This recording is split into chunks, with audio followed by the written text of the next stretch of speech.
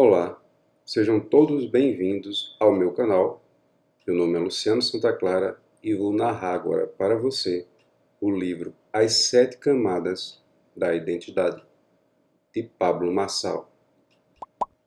Lembre-se de se inscrever no meu canal, clicando aqui embaixo no botão vermelho e ativando o sininho, para assim ser notificado dos próximos audiobooks. Introdução. Neste livro, vou falar com você sobre a identidade e vou lhe contar a verdade sobre ela. Para conhecê-la, você precisa descobrir e desvendar suas camadas. A identidade possui 7 camadas, e uma das coisas que mais mexe comigo é saber que há pessoas que passam pela Terra sem saber nada sobre elas. Eu não preciso conhecê-lo para saber mais sobre você do que você mesmo. Basta alguém começar a conversar comigo para eu identificar os bloqueios que tem e se está ou não cumprindo o seu propósito na Terra. Não sei se isso o incomoda, mas se alguém me dissesse isso, eu ficaria muito incomodado. Descobrir sobre as camadas da identidade lhe dará um poder terreno. Além de você se tornar uma pessoa livre para cumprir sua missão e propósito, esse poder vai permitir que você olhe para alguém e saiba se ela está ou não vivendo por aquilo que nasceu, pelo seu propósito. A maioria das pessoas não cumpre o projeto, o seu chamado na Terra. Como descobrir isso? Através do conhecimento, que lhe permitirá conhecer as camadas, o que tenho certeza de que vai mexer demais com você. Eu descobri isso por meio de uma experiência de uma década. Um dia, eu fui a uma viagem para Israel e quando eu estava no meio da Galileia, Deus falou comigo exatamente assim. Nesse exato momento, você ativou a sua 7ª camada. Você não vai mais olhar para trás. Eu o questionei. Perguntei o porquê da 7ª camada e por que só naquela hora. Foi quando ele mostrou as conexões que eu tinha feito até ali. E eu fui ligando os pontos. A identidade não é algo instantâneo, é processual, como um livro. São camadas que precisam ser descobertas uma por uma. Então, eu precisei me conectar com as pessoas que já tinham suas identidades. Se eu lhe contar sobre identidade, você não vai acreditar. Mesmo se Deus descesse aí agora, como fazia com Adão no Éden, e olhasse nos seus olhos para falar, haveria o sério risco de você não acreditar. Sabe por quê? Porque Deus falou para Adão e ele não acreditou. Todo dia o Senhor falava, você é minha imagem e semelhança. E mesmo assim Adão não acreditou. Aprender sobre as camadas da identidade irá destravar a sua mente de uma forma que você nem imagina. E eu vou lhe ensinar os processos. Eu precisei pisar em Israel para descobrir a 7ª camada. E você vai conhecer todas elas através desse livro. Por isso, aproveite cada momento. A vida é um processo. Desfrute de cada página desse livro e absorva o máximo que puder. Esta obra é uma viagem, é um despertar. Você passará por um processo. Garanto que ao final desta leitura, você será outra pessoa. O mais surpreendente é que, na verdade, você será quem sempre foi. A única diferença é que hoje você ainda não sabe quem é. Lech Lechá. E criou Deus o homem à sua imagem. A imagem de Deus o criou. Homem e mulher os criou. Gênesis 1, 27. Camada 1. O projeto. Quem é você para Deus? Projeto é aquilo que Deus fala que você é. E é necessário aceitar isso para destravar a sua vida. Na Bíblia, em Gênesis 1:26, está escrito: E disse Deus, façamos o homem à nossa imagem, conforme a nossa semelhança, e domine sobre os peixes do mar, e sobre as aves do céu, e sobre o gado, e sobre toda a terra, e sobre todo o réptil que se move sobre a terra. A camada 1 é quando você ouve e concorda com o que Deus fala sobre você. Só isso. Quando você aceita quem é, imagem e semelhança do Criador. A maioria dos pais tem bons projetos para os seus filhos e se frustram quando eles não seguem o que projetaram. Isso acontece muitas vezes porque os filhos não entenderam o plano dos pais, não se encantaram, não se conectaram com ele. Por isso, não querem segui-lo. Se você tivesse investido tempo em explicar e transmitir para o seu filho a sua visão do todo, ele andaria em unidade com você. Tenho uma dica para os pais. Cuidado para não transferirem suas frustrações para os seus filhos. Não transfiram profissão e chamado, senão vocês irão acabar com a vida deles. Será que seus filhos têm o mesmo chamado que o seu? Falo isso porque sei que alguns pais transportaram para a prole o que queriam ser. Se não chegaram muito longe, passaram pela frustração de não conseguirem ser mais e automaticamente deram para o filho a obrigação de cumprir o chamado que não conseguiram realizar. O problema é que quando você joga a sua responsabilidade nas costas de outra pessoa, isso vira um fardo que a impede de ver o que Deus realmente quer dela. Você precisa estar em unidade com Deus, assim como também precisa estar em unidade com seus pais. Desta forma, você não vai entrar na onda de ficar resolvendo as frustrações dos outros, por mais que esses outros sejam os seus progenitores. Se você é desses que ainda acha que discordar dos pais é desonrá-los, você está enganado. Honrar pai e mãe é aceitá-los do jeito que são. E aceitar não significa dizer amém para tudo. Você precisa se conectar direto na fonte para saber o real motivo pelo qual você foi chamado. Deus tem um projeto excepcional para a sua vida. E quando você entender isso, irá realizá-lo com maestria. Contudo, antes você precisa estar em unidade com o Senhor. Quando eu falo unidade, não quero dizer união, pois são coisas diferentes. Sabia? Vou clarificar para você. Pense nas batatas, isso mesmo, os tubérculos. Se você tem um saco de batatas, você tem união. Se você tem um purê de batatas, você tem uma unidade. Consegue entender a diferença? União gera dispersão. Unidade gera propósito. É somente através da unidade que você prospera de forma assustadora. Deus já falou quem você é. Não precisa mais acreditar em nada que outra pessoa fale que seja contraditória ao que ele afirmou sobre você. Ele o conhece antes da fundação do mundo.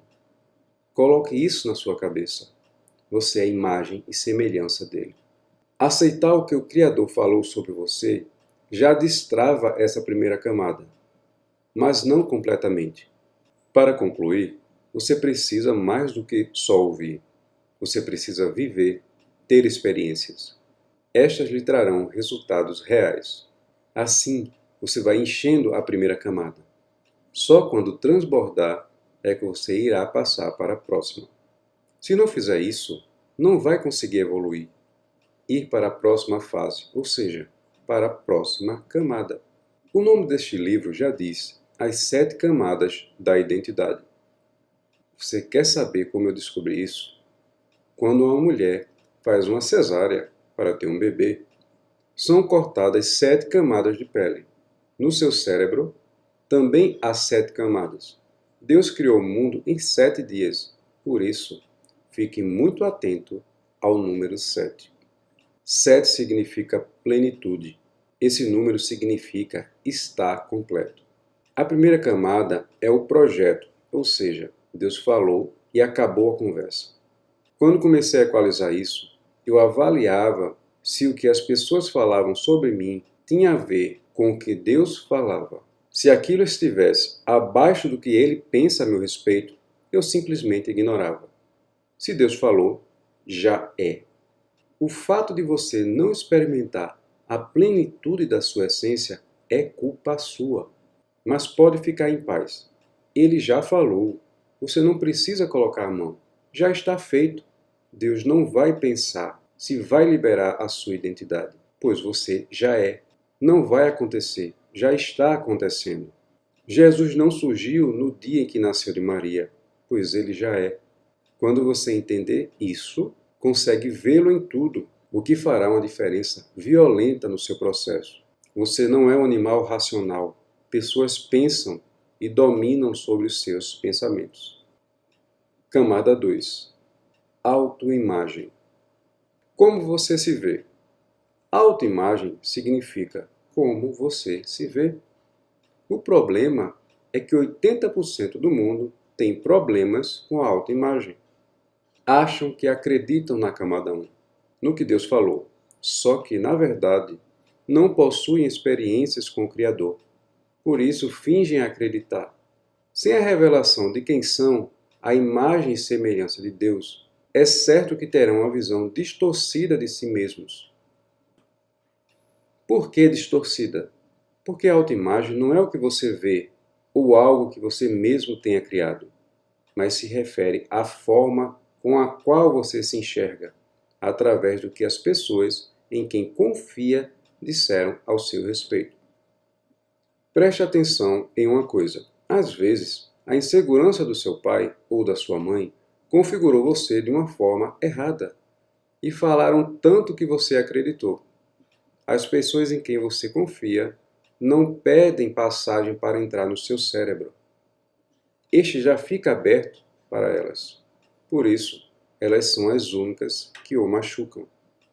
Para que você não tenha dúvidas do que eu estou falando, imagine-se numa conversa com um mendigo ou um desconhecido.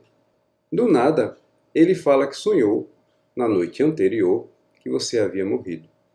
Certamente você não vai se importar com isso. No entanto, se a sua mãe, após acordar, estiver sentada no sofá, olhar para você e disser: "Eu sonhei que você vai morrer", isto é o suficiente para você não sair de casa. Você confia na sua mãe e crê em tudo que ela fala. Por isso se vê sem alternativas. Se ela falar que você vai morrer, você crê que vai morrer. Tudo isso porque você acredita. Quero reforçar que a intenção de seus pais, quando falam algumas coisas, geralmente é positiva. Mas tais coisas fazem parte do mundo deles. Não é porque são seus pais que você tem que acreditar no que eles disseram. Sabe o que você tem que fazer? Com sabedoria e respeito, questionar. Quando você lhes pergunta qual a intenção deles por trás de suas palavras, isso não é uma desonra. Você aprendeu que não pode perguntar, que questionar é desonrar, e isso é uma grande mentira. Só amigos de Deus fazem perguntas a Ele. Se você pode perguntar ao Criador, então também pode perguntar aos seus pais. Geralmente, quem não gosta de ouvir perguntas são pessoas que não têm respostas. Indivíduos livres não têm problema algum em serem questionados. Quando você conversa com uma pessoa religiosa, faz uma pergunta para ela e em seguida faz um segundo questionamento para o qual ela não tem resposta, isso já é o suficiente para que ela o rotule como rebelde e o mande para o Hades. O rebelde na nova geração cristã é aquele que faz 3 perguntas, que o outro não tem resposta. E esse é um grande problema dentro das instituições religiosas. Como a autoimagem é uma formação de opinião sobre si mesmo, que não foi produzida por você, mas por tudo que disseram a seu respeito, você precisa ficar atento à liderança que influencia a sua vida. Pois se disseram coisas ruins, você terá uma autoimagem distorcida. Se essas coisas ruins foram ditas por quem você confiava, ou quem exercia alguma autoridade sobre você, é certo que isso teve muito peso na formação da sua autoimagem. O que o seu irmão mais velho falou quando você era pequeno, talvez tenha sido o que você se tornou hoje. O que o seu pai falou, o que a sua mãe falou, o que as pessoas que cuidaram de você falaram, foi o que formou a sua autoimagem. Se a sua professora falou que você era um burro, essa provavelmente é a forma que você se vê até hoje. As camadas 1 e 2 da sua identidade precisam ser equalizadas, ou seja, sua autoimagem precisa corresponder com a forma com que Deus o vê. Vou contar um segredo sobre isso que vai destravar uma coisa muito louca em você e vai fazer com que você não consiga mais enxergar feiura em ninguém. Todo ser humano é uma imagem e a semelhança de Deus. Então, se você falar que uma pessoa é feia, estará pecando contra ele. Se todos se assemelham ao Senhor, tem algo errado quando você acha alguém feio. O problema está no seu olhar, que é impuro, pois você não consegue ver Deus na pessoa. O fato de olhar para uma pessoa e esta não lhe agradar, só pode ser explicado por dois motivos básicos. Ou ela não corresponde às suas expectativas pessoais, ou ela está desconectada de sua própria autoestima, o que a faz se comportar de forma desconexa da autoimagem. Isso quer dizer que, mesmo que uma pessoa tenha dinheiro e se vista com boas roupas, se sua autoimagem estiver desconectada daquilo que Deus pensa sobre ela, parecerá feia e não causará uma boa impressão. Quando você descobre essas duas coisas, sua compaixão é ativada. A pergunta é: quem é feio, se todos nós somos imagem e semelhança dele? Quando rotulamos alguém como feio, é como se disséssemos para Jeová que ele não soube fazer direito. Você lhe diria: o seu croquis na criação está errado? É muita arrogância do ser humano achar que pode fazer esse tipo de crítica ao Senhor, dizendo que alguém é feio, ou que o dia deveria ter 40 horas ao invés de 24. Quando o Criador do céu e da terra fez as estações do ano, não pediu a sua opinião. O fato de você ser uma pessoa desorganizada e procrastinadora não quer dizer que Deus estava errado no que fez. A bagunça é só sua. Certamente você já desejou que o dia tivesse 30 ou 40 horas, para a sua enrolação ser ainda maior. A verdade é que o que você não faz em um dia, não fará em uma semana. O que você não faz em um ano, não fará em 10. A bagunça é sua. Passou um ano e você não deu conta? Fique em paz. Em 10 anos, você não dará conta também. O Criador fez tudo perfeito. Eu amo falar isso. Ele só o fez no 6º dia, porque não quer saber da sua opinião. Se ele o formasse no 1º dia, você iria reclamar que o sol estava muito quente e que não gostou de tal animal. Por isso, ele fez tudo primeiro e depois criou o homem para dominar sobre tudo. Está escrito na Bíblia: qualquer coisa que foi feita antes do 6º dia é dominada. A maioria das pessoas é dominada. É como se tivessem sido criadas no 5º dia. Eu vou revelar algo sobre a sua identidade para chocar. Está pronto? Você não é um animal racional. Essa é a maior mentira que você aprende na escola. Uma mentira chamada de teoria da evolução, criada e difundida por Charles Darwin e Karl Marx, os caras mais nada a ver do mundo. Essa mentira foi criada e propagada para mantê-lo distante da identidade do Criador. Aprenda: animais foram feitos no 5º dia, o homem, imagem e semelhança de Deus, no 6º. Por isso, os humanos dominam sobre todas as coisas. Se você acredita que é um animal racional, avise para todo mundo que você foi feito no 5º dia. Mas eu, Pablo, e a galera que sabe da sua verdadeira identidade e origem, fomos feitos no 6º dia. Se você acredita que foi criado no 5º dia, você é dominado. Se você foi feito no 6º, domina sobre todas as coisas. Foi assim que o Senhor falou. Confira em Gênesis 1:26. Ter ouvido essa falácia, que é a teoria da evolução, mexeu com a sua autoimagem. De fato, você acreditou ser um animal racional. Animais agem por impulso. Pessoas pensam e dominam sobre os seus pensamentos. Você não é um animal. Você é a imagem e semelhança do Criador. Pessoas dominam sobre o pecado, mas há quem seja grilado com o diabo. Existe um jeito de anular as ações dele na sua vida. Basta parar de pecar, porque é o pecado que alimenta os demônios. Se você vive achando que o diabo não existe, é porque você dá um monte de ração para ele todos os dias.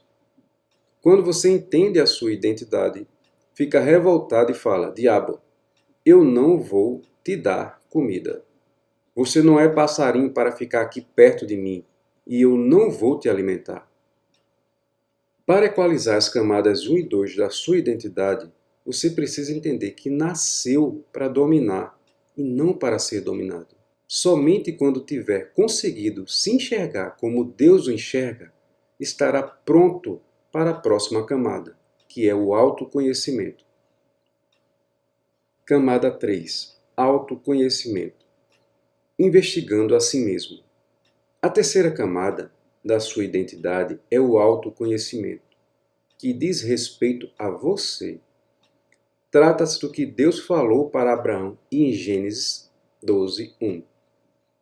Sai da tua terra, da tua parentela e da casa de teu pai, para a terra que eu te mostrarei. A tradução em hebraico é diferente, e a primeira parte é chocante, Lech Lechá, que significa saia para dentro de si mesmo. Autoconhecimento. Quando Deus dá a Abraão a instrução para sair de sua parentela, isso significa romper com o que as pessoas tinham falado sobre ele, o que certamente distorcia sua autoimagem.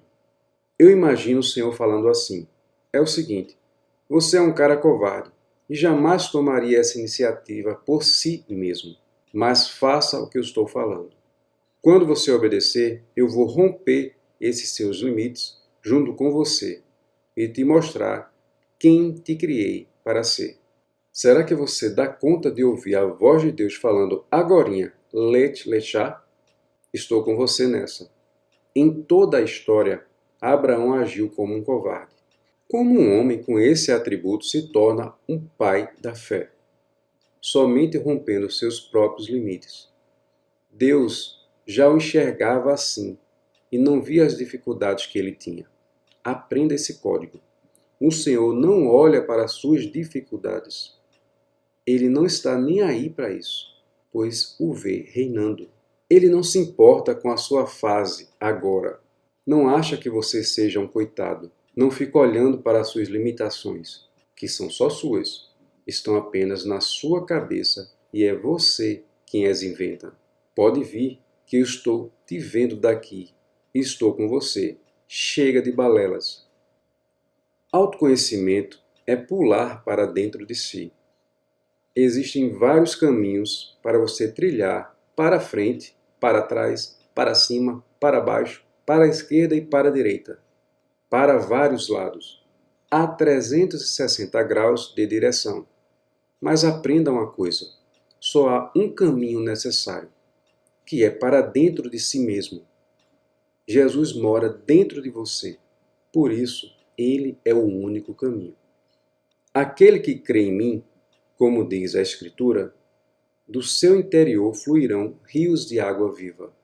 João 7:38. Se Cristo mora dentro de você, por acaso você lhe perguntou o que ele está fazendo aí? Saiba que é do seu interior que tudo flui na sua vida.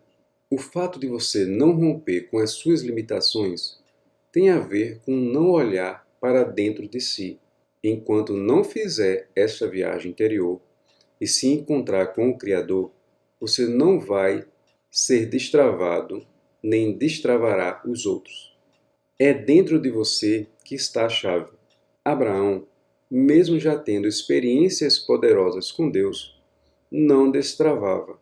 Então o Senhor lhe deu uma instrução e disse: agora vai lá e aprende, Abraão. Ele teve que fazer besteiras na vida para ir se destravando. Uma das coisas mais chocantes da história desse pai de fé é que Deus mandou que ele saísse de onde estava para um lugar que só lhe seria indicado durante o caminho. Se o Eterno falasse para ele ir para o pior lugar da terra, você acha que ele iria? Seria como mandar você sair do seu país para outro com uma realidade econômica inferior à do seu. O Brasil é próspero e a nação que tem mais commodities do mundo. Temos cidades aqui, como Goiânia, a minha terra, que tem o PIB superior a de muitos países. Imagine que você recebeu uma instrução para sair de Goiânia e ir para o Afeganistão. Você não iria de jeito nenhum. Por isso, Deus não mostrou para Abraão aonde ele iria. Quando o Senhor mandou Abraão sair, dizendo que mostraria o destino, estava afirmando que a prosperidade não tem a ver com o lugar, mas com quem você é. Deus mandou Abraão sair da Mesopotâmia, que era o lugar mais próspero na época, como os Estados Unidos de hoje, e o enviou para Canaã, que é uma terra de maldição. Deus está falando que quem carrega a prosperidade é você. Quando entendemos isso, o lugar que tocamos com os nossos pés ou mãos prospera. Vou explicar novamente. Primeiro, siga o caminho para dentro de si. Depois, rompa com as limitações que criaram na sua cabeça e que você acreditou. Na hora em que você encontrar o rio de águas vivas que está dentro de você, ninguém será capaz de paralisá-lo. O lugar em que você estiver irá prosperar. Essa camada, para mim, é a mais bruta que existe, porque nela ninguém pode fazer nada por nós. Na camada 1, Deus o define. Na 2, seus pais, familiares ou professores o definem. Na 3, ninguém vai falar nada. Você vai ter que fazer o seu caminho por decisão própria. Grave isto. Camada 1, Deus falou. Camada 2, meus pais, parentes e professores falaram. Camada 3, ninguém vai falar nada. Você vai ter que fazer. Rompemos limites com ações e não com palavras. Vai lá e rompe. O limite é uma barreira que vai exigir uma ação para ser retirada do seu caminho. Você só terá autoconhecimento e descobrirá o poder que está dentro de você quando romper as barreiras com as atitudes práticas. Se você perguntar para um grupo de pessoas quem já ultrapassou a marca de R$1 milhão em patrimônio, poucos terão uma resposta afirmativa. É curioso observar essa situação sob a ótica da Bíblia Sagrada, porque ou a Bíblia inteira está errada, ou as pessoas estão mentindo. A Escritura fala que Deus é dono do ouro, da prata e de toda a riqueza. Quando Salomão orou por sabedoria e foi atendido, se tornou o homem mais rico da terra. No livro de Apocalipse, fala que as ruas da Nova Jerusalém são de ouro. O trono de Deus é revestido de ouro. Então há alguma coisa errada com você, que ainda não tem um patrimônio. Não estou falando de ser milionário, porque ser rico é muito mais do que ter dinheiro. Existem pessoas que acham que o rico não vai entrar no reino dos céus. E se você pensa assim, precisa quebrar essa crença de pobreza que lhe venderam como a verdade. O versículo bíblico que faz menção a essas palavras do próprio Jesus era uma advertência ao entorpecimento da alma, provada pelo dinheiro. Jesus só pegou no pé do homem rico porque o Deus dele era chamado Mamon, e o dinheiro dele não tinha um propósito. Isso é tão verdadeiro que quando o jovem rico disse que cumpria os 10 mandamentos, Jesus fez um teste com ele, mandando que desse tudo o que tinha, e ele não o fez. O primeiro mandamento é amar a Deus. O jovem rico amou um Deus chamado Mamon, que é o Deus do dinheiro, e não a Jesus, que estava ali na frente dele. Se amasse o mestre, teria obedecido e dado as suas riquezas aos pobres sem se incomodar. Existem muitas crenças que limitam seu avanço nesta terra. Se você não romper com elas, vai acabar com a sua vida. Trago outra crença que você aprendeu dentro da igreja. Maior é o que serve. Esta é outra frase do próprio Jesus. A maioria dos cristãos a interpreta de forma errada, pensando que precisa varrer o chão por toda uma vida, porque maior é o que serve, ou que precisa se submeter a líderes eclesiásticos autoritários para ser grande no reino de Deus. Isso é um engano que tem travado a vida de muitas pessoas que conheço. Maior é o que serve. Significa crescer em graça, sabedoria, entendimento e servir famílias, cidades, nações, servir o mundo inteiro com um propósito. Ser maior significa crescer em servidão.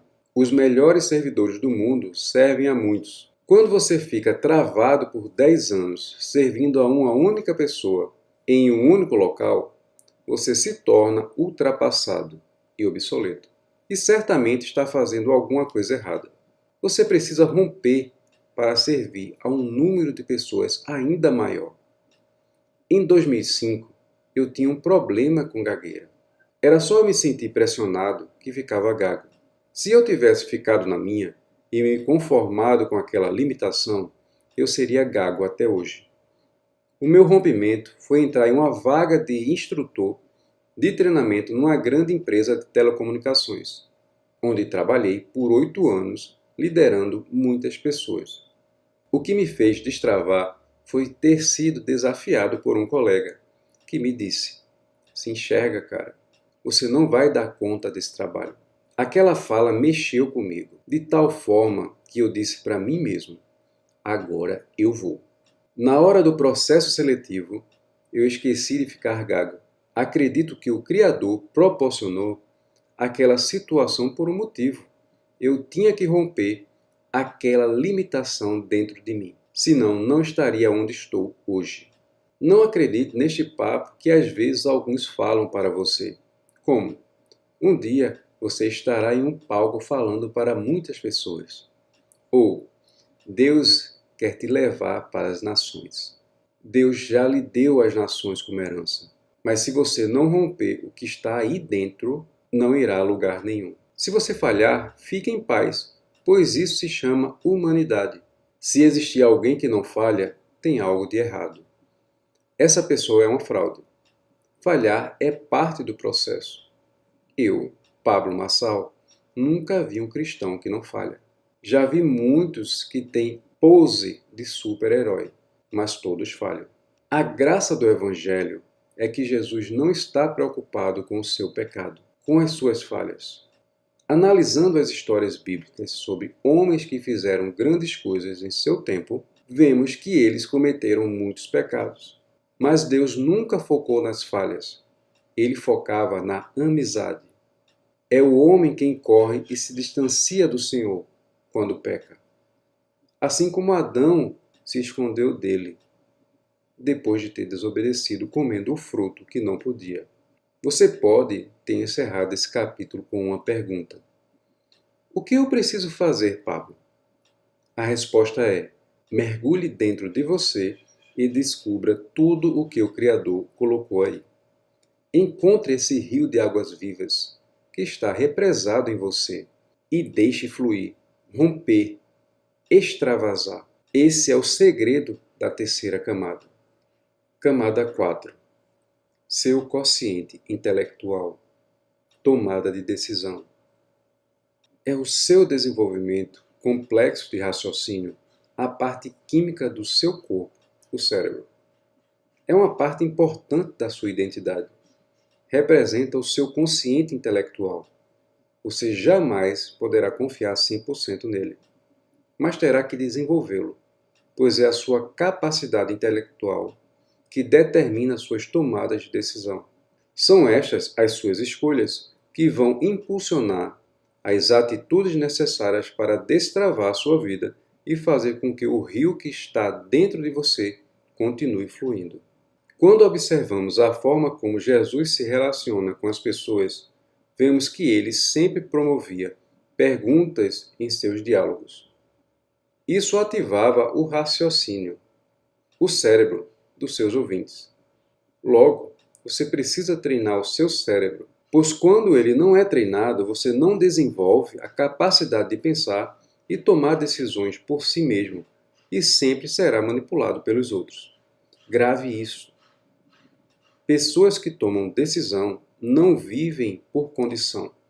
A quarta camada da sua identidade só pode ser rompida quando você treina seu cérebro. Não há outra forma. Ir para a escola talvez tenha sido uma experiência muito ruim para você, mas o lado bom é que você aprendeu a ler, a fazer contas. Dessa forma, seu cérebro já estava sendo treinado, e para tomar boas decisões, você vai precisar fazer com que ele lhe obedeça. Somos corpo, alma e espírito, e desenvolver o cérebro é fator importante para um ser trino saudável.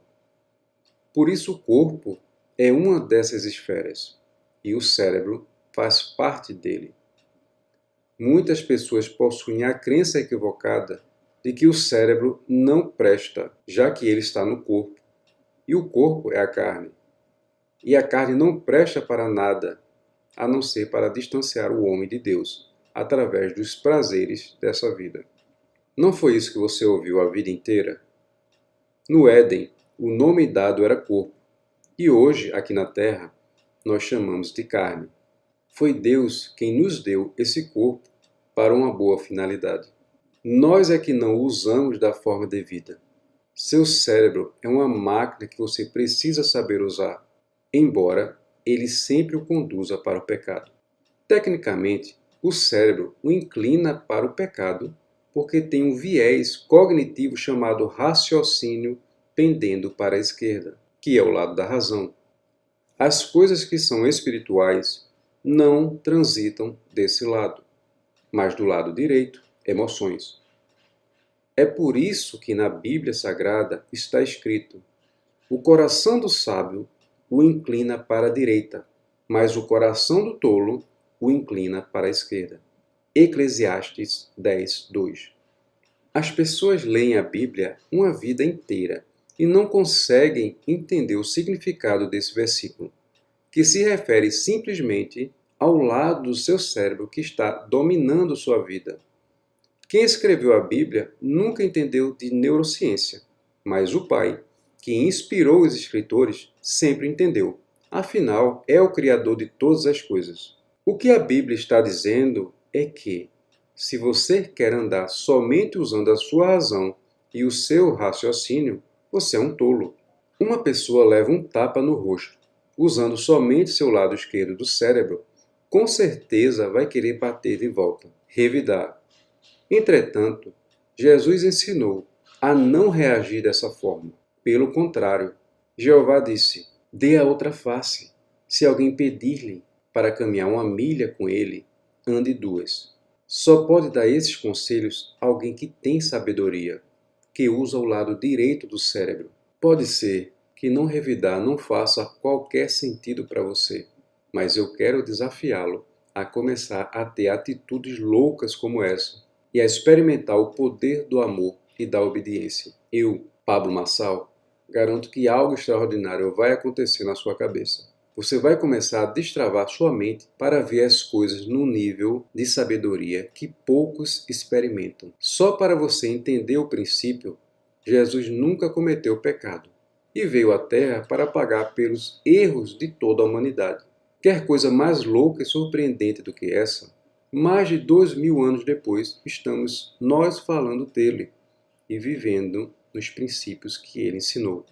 Naquela época, não tinha internet, ou seja, ele não ficou famoso do dia para a noite. Jesus foi e ainda é o cara.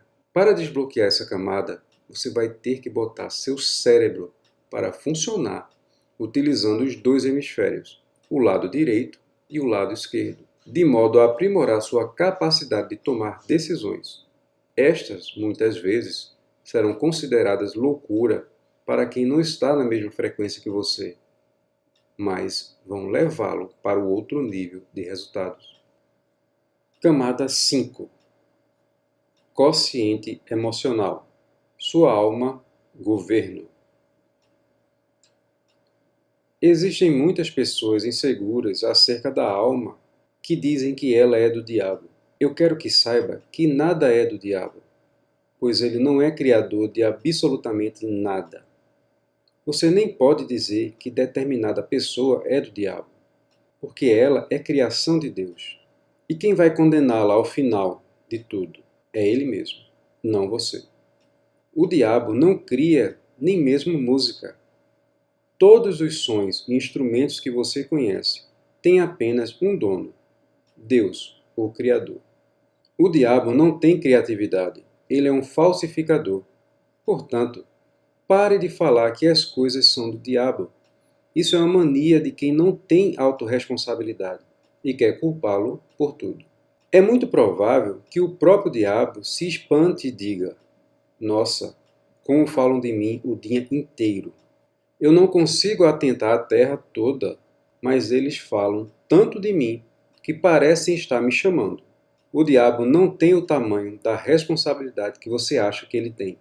A responsabilidade das suas ações é de muito do que ocorre à sua volta, e é sua. E eu sei que é dolorido para muitos ler isso. O diabo tenta fazer você pecar no seu corpo. E a maioria esmagadora dos leitores desse livro cai facilmente na tentação do corpo. Quando você resiste a ela, Satanás tentará a sua alma, que é uma tentação contra o seu autogoverno. Quando você não consegue se governar, ele o derruba. Se você for aprovado no seu autogoverno, o diabo ainda investirá em tentá-lo no espírito, que está intimamente ligado ao seu relacionamento com Deus e ao propósito dele na sua vida. Com isso, ele busca interferir e fazê-lo se desviar dos planos divinos. Afirmo, com toda certeza, que Deus tem um plano para cada um de nós. Você não nasceu por acaso. Não é um mero acidente de percurso na vida dos seus pais. Pode acreditar. Há um propósito na sua vida.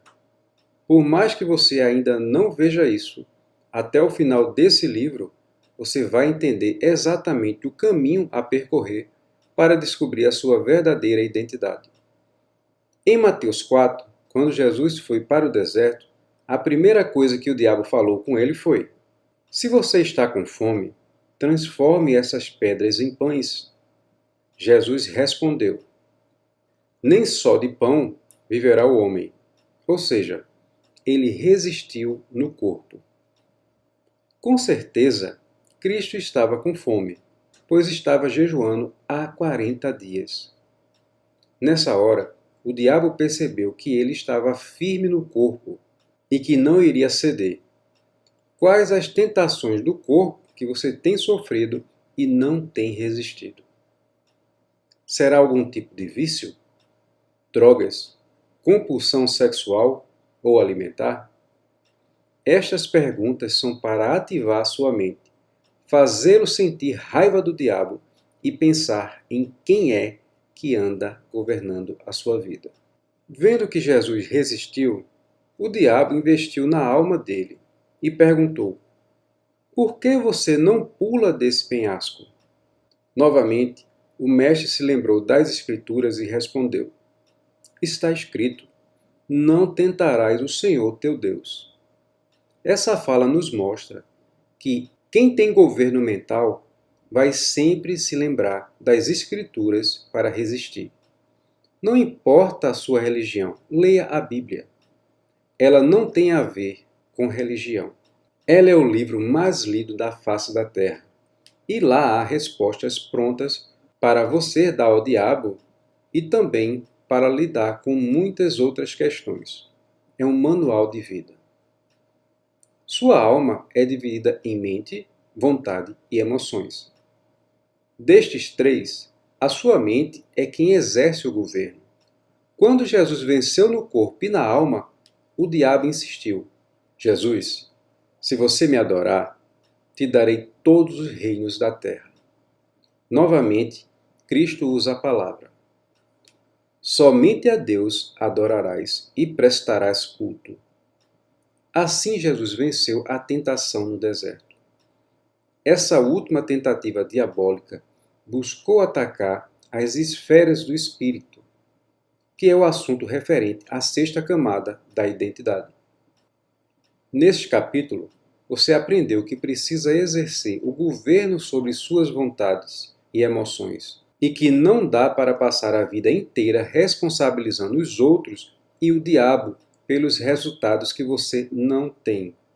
Assuma a bronca, obtenha as armas certas e caia para dentro da sua vida. Camada 6. Quociente espiritual. Seu propósito. Quando o diabo tentou atacar Jesus em seu propósito, oferecendo-lhe todos os reinos do mundo em troca de adoração, ficou frustrado, porque Jesus estava blindado com a palavra. Pode-se observar nas falas do diabo que a todo tempo ele tenta colocar uma dúvida na cabeça de Cristo, pois dizia: se tu és o Filho de Deus, faça tal coisa. Toda vez que Satanás quiser roubar seu propósito, vai jogar uma dúvida na sua cabeça para o confundir. Essa condicional acaba nos fazendo cair na armadilha dele e nos esquecer da nossa verdadeira identidade.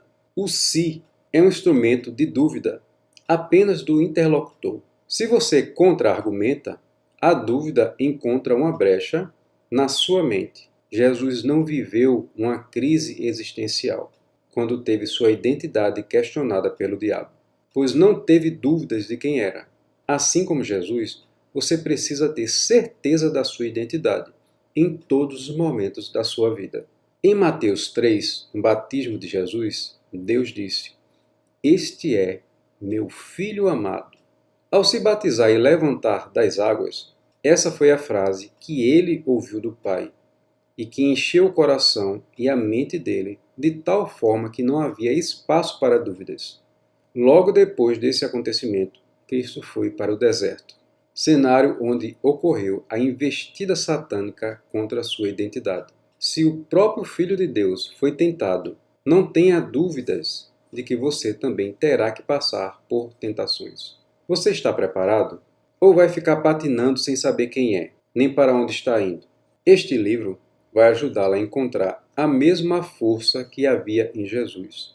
A autoimagem do Filho de Deus era consolidada. Particularmente, penso que quando ele viveu momentos difíceis, sempre se lembrava da voz da sua mãe. Filho de Deus, fruto do Espírito Santo, eleito do Senhor, vencedor. Eu tenho certeza de que era assim que Maria lhe chamava.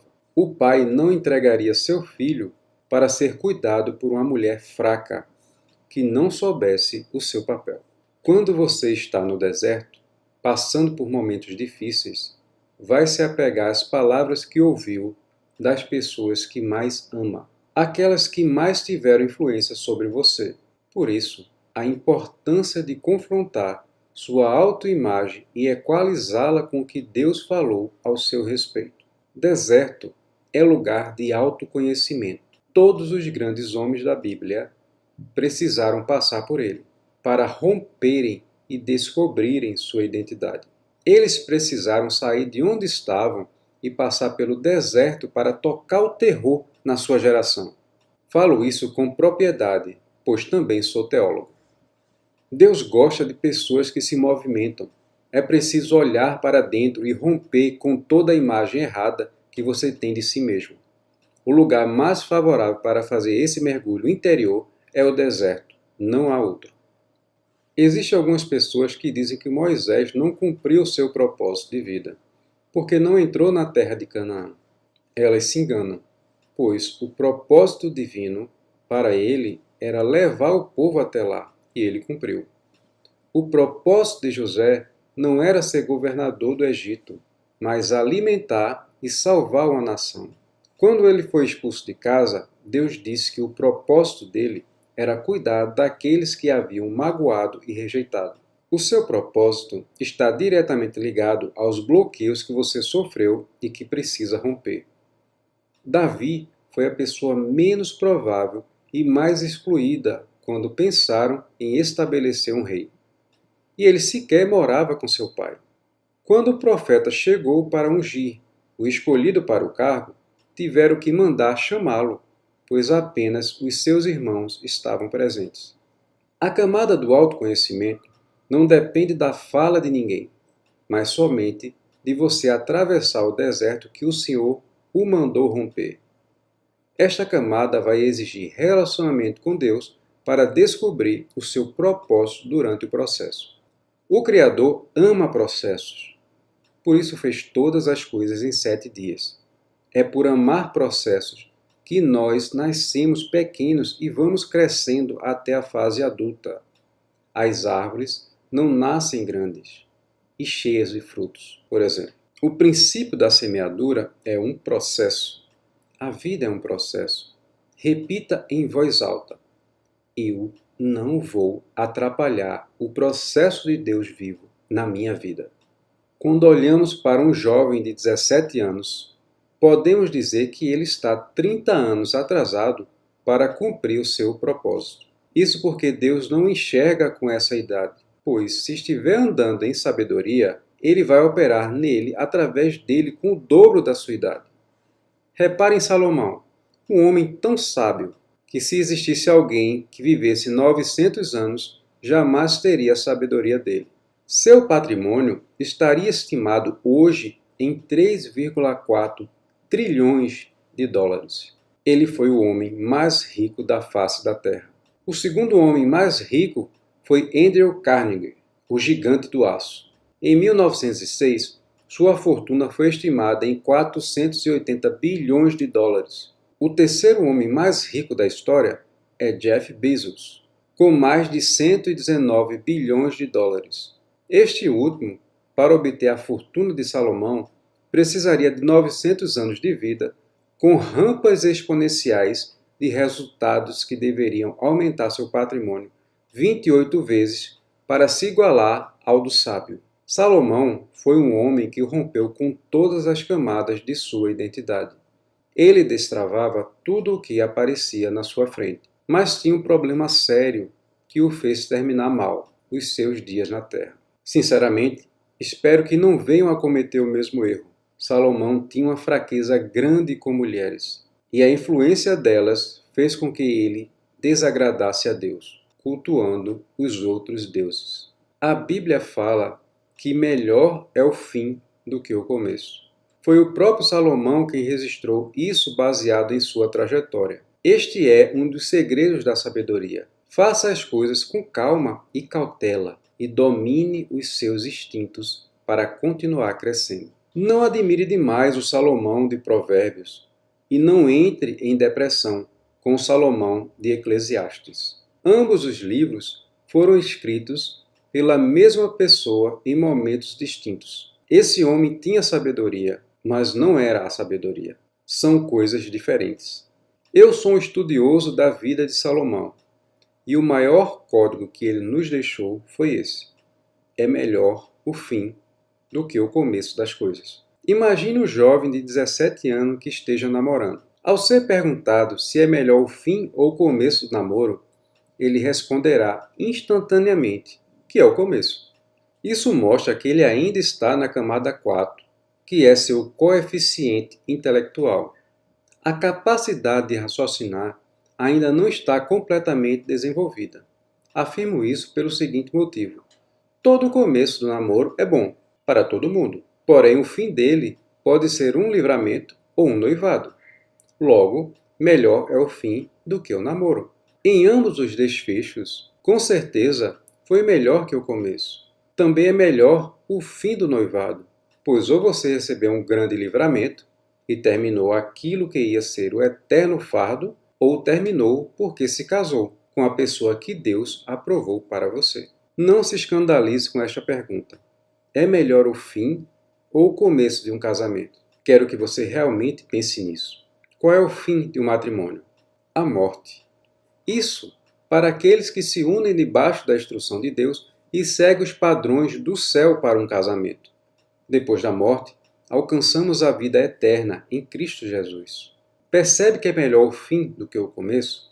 Não entender esse segredo de Salomão pode levá-lo a ficar preso em alguma camada e não perceber que precisa avançar para destravar as outras que o conduzirão a sua identidade para viver a plenitude, que é a última camada. Neste momento, quero sugerir uma pausa para identificar quais foram os bloqueios que você sofreu até aqui. Quem foram as pessoas que o bloquearam? Depois de identificar isso, seu próximo passo é perdoá-las. É ressignificar suas experiências. Ressignificar é entender que tudo que você viveu foi um estágio para potencializar seu propósito na Terra. A partir de agora, assim como José do Egito, você será a solução e não mais o problema daqueles que o bloquearam. Camada 7. Plenitude, transbordo, descanso, desfrute. Identificamos que alguém chegou nessa camada quando Deus lhe pede para dar o que tem para alguém e o indivíduo prontamente obedece. Quando o Senhor dar ordens assim, você tem o direito de perguntar por quê. E Ele certamente vai lhe revelar todos os motivos. Saiba que o Senhor não tem problema em ouvir e responder às suas perguntas.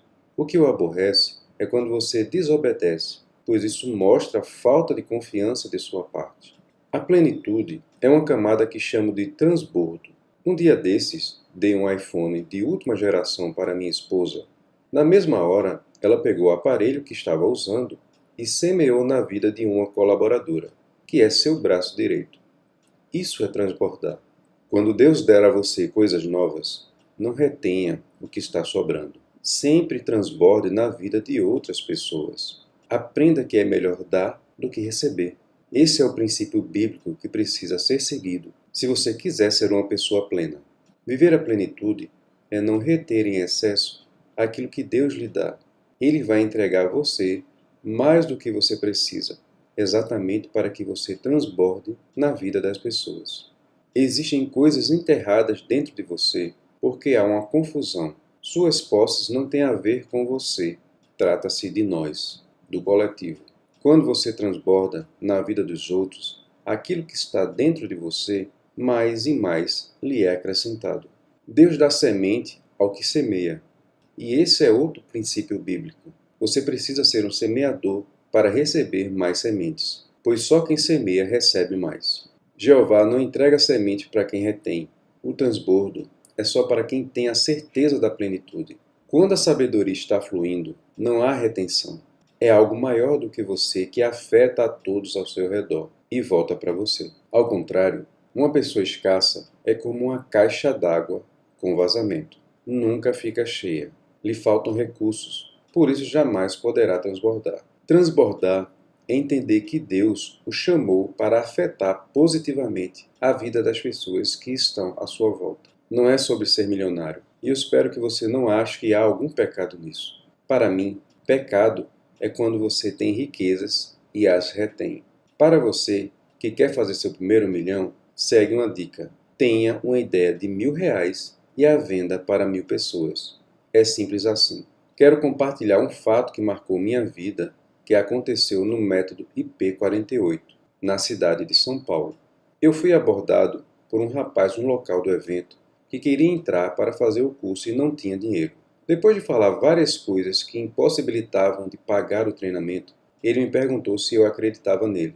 Na mesma hora, respondi que não, pois quando alguém lhe faz essa pergunta, significa que nem ele acredita em si mesmo. Guarde isso. Você não precisa que ninguém acredite em você, pois Jeová já o fez desde antes da fundação do mundo. Por isso, você não precisa de aprovação dos outros. Quando eu respondi que não, ele abaixou a cabeça e foi embora. Pedi para que ele voltasse. O confrontei, dizendo que Jeová sempre acreditou nele, e o instruí a não baixar a cabeça para ninguém. Perguntei quem ele era e qual era a sua verdadeira história. Ele me contou que era um ex-traficante e que tinha acabado de sair da cadeia. Perguntei quanto ele tinha para semear naquele curso, pois não abro mão desse princípio bíblico. Ele fez um pagamento simbólico, plantou uma semente e entrou para participar do treinamento. Durante todo o curso, aquele rapaz ficou atrás de mim para que eu o desbloqueasse, mas meu coração estava fechado para ele, e eu não entendi o porquê. No meio do curso, ele se levantou e falou para toda a turma quem ele era. Muitos ficaram surpresos, outros preocupados. E uma mulher se levantou e disse: Agora entendo por que vim com 2 relógios para este treinamento. Ele tirou um relógio do pulso e deu para aquele rapaz, dizendo: Deus mandou te dar esse relógio e te dizer que é um novo tempo em sua vida. Naquele momento, Deus me mandou doar R$ 1 milhão para ele. Achei que era Lúcifer que tinha entrado no treinamento. Mas isso não era possível, pois eu ando colado com Jeová.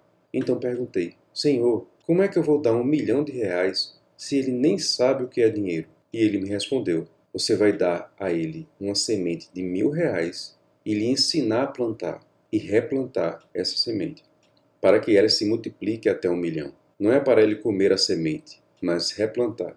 Quando fiz essa doação na frente de toda a turma, vivemos um grande quebrantamento. Várias pessoas se levantaram para ajudar aquele rapaz, oferecendo emprego e outras coisas. O Senhor pode fazer coisas absurdas em sua vida, mas você precisa identificar o que Ele está fazendo. Aprendi muitos códigos de Deus com esse fato. Houve outro momento marcante que vivi também no método IP. Um dia, eu estava sem nenhum dinheiro na carteira, saindo de casa para dar o treinamento. Jeová me disse: coloque um tanto de dinheiro na sua carteira. Eu não precisava dele, mas nem questionei, apenas obedeci. Quando eu estava no treinamento, o Senhor me disse para dar R$ 100 para uma mulher que estava participando do evento e dizer que o dinheiro era para ela comer. Quando eu ofertei o dinheiro e dei o recado de Jeová, ela se recusou a receber o dinheiro, dizendo que iria me fazer falta. Passado mais algum tempo, ele mandou dar R$ 200, ao passo que novamente ela se recusou em receber. Naquele momento, alguns alunos começaram a chorar e já pegaram este código no ar. Às vezes, Deus dá até o que você não precisa para fazer o transbordar e você não quer aceitar. Quando ela se recusou a receber dinheiro pela segunda vez, comecei a achar que era coisa da minha cabeça e disse: vou parar com isso. Foi quando Deus falou: agora, pega tudo que está na sua carteira e dá para ela. Eu tinha certeza de que iria recusar, mas, para minha surpresa, ela aceitou. Senti-me leve. Nesse momento, havia um rapaz na turma que estava longe dos caminhos de Deus e começou a dar uns tremeliques, dizendo que ele o estava mandando falar algo. O jovem estava confuso, pois como Jeová poderia estar usando ele se estava desviado da igreja? Guarde esta informação. Quem se desvia é escravo que tem um dono. Filho não se desvia. Isso é conversa de gente religiosa. Você pode ter soltado a mão do Senhor, mas a dele continua estendida em sua direção, para o ajudar e andar sem tropeçar. Não tem como fugir de um amor que é perseguidor. Se esse é o seu caso, segure a mão dele, de novo, acredite. Esse rapaz se acalmou e disse para a mulher que havia doado o relógio para o ex-traficante: Deus manda você pagar o almoço de todo mundo hoje. Depois olhou para mim e falou que eu deveria dar tudo o que eu tinha na carteira para ela. Achei estranho, pois eu disse que já havia dado tudo. Quando peguei a carteira e olhei, aqueles R$ 200 que ela havia se recusado a receber estavam em outro compartimento. Quase desmaiei quando vi, pois tinha certeza de ter doado tudo. Essa foi mais uma evidência de que Jeová estava na parada. Só ele para saber que havia ficado dinheiro na minha carteira. Fomos almoçar e alguém perguntou: o que temos para aprender com isso? Foi quando uma menina se levantou e disse que estava orando para Deus, para que Deus fizesse alguém pagar o almoço dela, pois não tinha como comer. Outro rapaz se levantou e disse: jamais falaria isso, pois aqui há muitas pessoas bem-sucedidas. Mas eu e minha filha também não tínhamos como almoçar hoje. Outra pessoa se levantou dizendo a mesma coisa. Nessa hora, a casa caiu. Deus já sabia que aquele povo estava precisando e tocou no coração de quem não retém para abençoar. Quando Deus mandar, não tenha problema em dar. Não retenha o que Deus vai fazer, não é da sua conta. Seja parceiro dele. Paulo, o apóstolo, era ensinado por Gamaliel e era cidadão romano. Ele era o cara. Mas quando Jesus ativou a identidade dele, escreveu sozinho 75% do Novo Testamento. Caso você não saiba, Paulo era um perseguidor de cristãos e consentiu com a morte de muitos. Nós julgamos as pessoas pelas falhas que cometem. Deus as julga pela sua identidade. Chega um dia em que você descobre o que ele já sabe a seu respeito. E a partir de então, nada mais é capaz de segurá-lo. Não se escandalize com o que vai ler agora. Existem vários homens na Terra que nunca entraram numa igreja, mas que são plenos e transbordantes. Em seu íntimo, eles aceitam a Deus e usam seus princípios em suas vidas. Ajudamo-nos como igreja para salvar outras famílias, pois a instituição é formada por famílias reunidas em unidade com o propósito de salvar as outras. A verdadeira identidade da igreja é a família. Muitos estão confundindo as coisas. Precisamos ser como ele é. Ninguém precisa nos dar nada, pois há um rio transbordando dentro de nós. E devemos deixá-lo fluir. Diga em voz alta: no meu interior fluirão rios de água viva.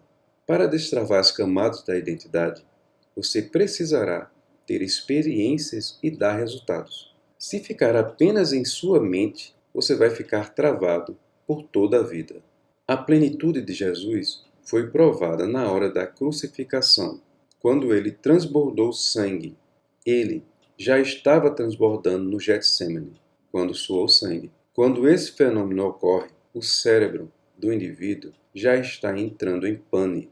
O segundo passo é o desmaio, um apagão total. Foi nessa hora que ele suplicou ao Pai para que, se fosse possível, afastasse dele o cálice. Era como se o Pai dissesse: você já está transbordando, agora pode ir para a crucificação. Somos vitoriosos em Cristo porque ele transbordou por nós. Chega de balela na vida, de religiosidade e das suas teorias infundadas. Experimente as fases e as estações que Deus fez para você. Viva no seu tempo o processo que ele preparou. E saiba, a velocidade acelera, a pressa pula etapas. Não tenha pressa de viver os processos. Esteja disposto e tenha velocidade. Uma etapa vivida com pressa vai fazê-lo pular ciclos que lhe farão falta posteriormente. Diga em voz alta: eu não vou pular etapas. Eu vou acelerar na velocidade que Deus quer. Comece logo o que você está procrastinando para fazer. Encare o processo e tenha um compromisso sério consigo mesmo para destravar as fases da sua vida. Falamos sobre o projeto, a autoimagem, o autoconhecimento, o corpo, a alma, o espírito e a plenitude. As camadas da sua identidade. Em qual delas você está? Destrave cada uma dessas etapas e certamente será capaz de destravar outras pessoas. Uma última dica: observe se há criaturas em seu caminho que são impedimentos para você avançar e trate de superar esses obstáculos. Preste atenção, não é para sair expulsando as pessoas da sua vida. Basta seguir em direção ao seu propósito que elas naturalmente não conseguirão andar na sua velocidade. É só você tomar conta da sua vida. Não sofra quando olhar para trás e ver quantas pessoas ficaram pelo caminho. Elas terão as mais variadas desculpas e apelos para não acompanharem nessa caminhada. Algumas podem querer usar de artifícios para fazê-lo permanecer no ritmo delas. Fique atento. Quem está ligado no mesmo propósito que você vai dar um jeito de acompanhá-lo. Conecte-se com as pessoas que já estão no alvo para o qual você está indo, e não com aquelas que não dão conta nem de entender o que está acontecendo em sua vida. Não se esqueça do que o Titi sempre fala: vá cuidar da sua vida. Decorando o processo. Camada 1. Aceitar o que Deus falou a seu respeito. Camada 2. Ressignificar o que aconteceu em seu passado. Camada 3. Agir, pular para dentro de si mesmo. Camada 4. Decidir matar as demais opções. Calcule uma saída. Camada 5. Governar sobre sua alma. Camada 6. Direcionar o seu espírito. E, finalmente, a camada 7. Desfrutar o transbordo. Fim. Muito obrigado a todos. Não esqueçam de se inscrever aqui no canal, clicando aqui embaixo no botão vermelho e compartilhando esse áudio. Agradecimento a Paula Costa, que incentivou esse projeto desde o início. Muito obrigado, Paula.